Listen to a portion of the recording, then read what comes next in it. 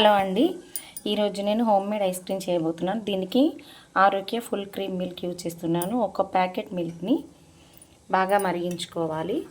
ఇలా మరుగుతున్నప్పుడు 10 to 15 కాజు కానీ బాదం కానీ ఏదైనా ఒకటి, నా దగ్గర ఇక్కడ కాజు అవైలబుల్ ఉంది, సో నేను అది తీసుకొని 2 కప్స్ షుగర్, కాజుని నానబెట్టి కూడా వేసుకోవచ్చు, లేదంటే కాజు వేసేసి అది చేయాలి. 2 కప్స్ షుగర్ ఈ గ్లాస్తో తీసుకున్నాను.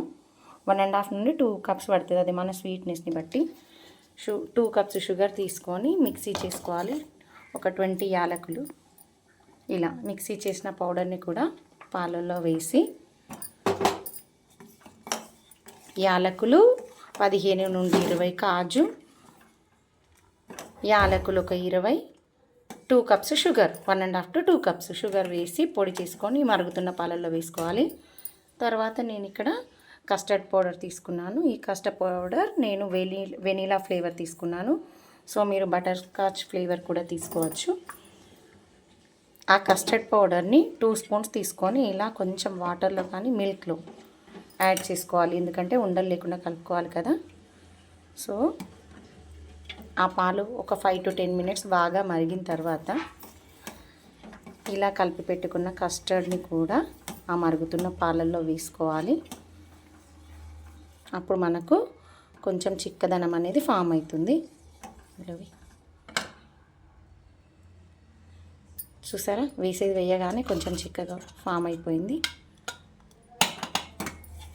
సో ఇలా కంటిన్యూస్గా కలుపుతూ ఉండాలి, లేదంటే అడుగంటే ఛాన్స్ ఉంటుంది.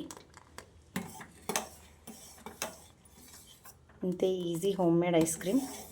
ఇలా ఒక 5 మినిట్స్ చిక్కబడిన తర్వాత 2 to 5 మినిట్స్ సరిపోతుంది. దీన్ని చల్లారబెట్టుకొని ఐస్ క్రీమ్ మౌల్డ్స్లో వేసుకోవచ్చు. ఐస్ క్రీమ్ మౌల్డ్స్ లేని వాళ్ళు ఒక చిన్న చిన్న గ్లాసెస్లో కానీ కప్స్లో కానీ వేసుకొని, దీన్ని కూడా మళ్ళీ ఒకసారి మిక్సీ పట్టాలి. కొంచెం చల్లారబెట్టుకొని మిక్సీ పట్టిన తర్వాత ఐస్ క్రీమ్ మౌల్డ్స్ కానీ చిన్న చిన్న కప్స్లో కానీ వేసి 8 to 12 అవర్స్ మనం డీప్ ఫ్రిడ్జ్లో పెట్టేసినప్పుడు ఐస్ క్రీమ్ రెడీ అవుతుంది. సో ఈరోజు ఇలా home made ice cream prepare అవుతుంది. ఇదిగా చూడండి, ఫుల్గా ఇలా చిక్కబడిన తర్వాత స్టవ్ ఆఫ్ చేసి చల్లారబెట్టుకున్న తర్వాత మళ్ళీ ఒకసారి మిక్సీలో వేస్తే ఐస్ క్రీమ్ ఏంటంటే చాలా స్మూత్గా మెల్ట్ అవుతుంది. కొంతమంది ఇలాగే ఐస్ క్రీమ్ మౌల్డ్స్లో వేసుకుంటారు చల్లారిన తర్వాత, బట్ మిక్సీ పట్టడం వల్ల ఏంటంటే చాలా బాగుంటుంది టేస్ట్.